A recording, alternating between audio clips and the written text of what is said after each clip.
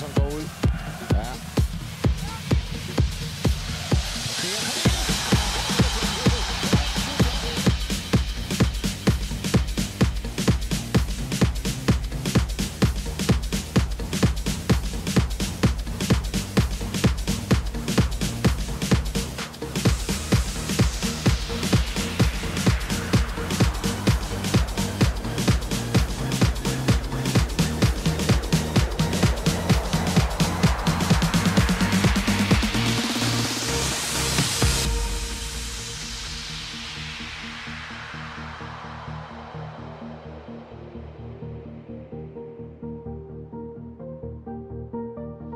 Der er allerede far på færre.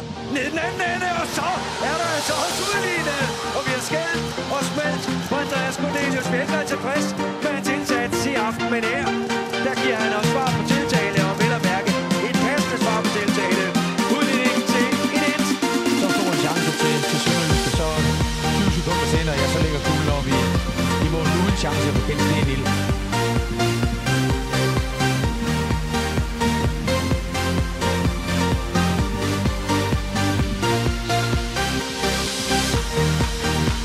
Det er ganske udmærket det der. Han smasker den over i målmandens side. Jeg ved ikke, hvorfor Kjeld Stenild, han bløder sig fra det hjørne, han skal dække. Og igen, så er den altså åben på hvidgab den diskussion om,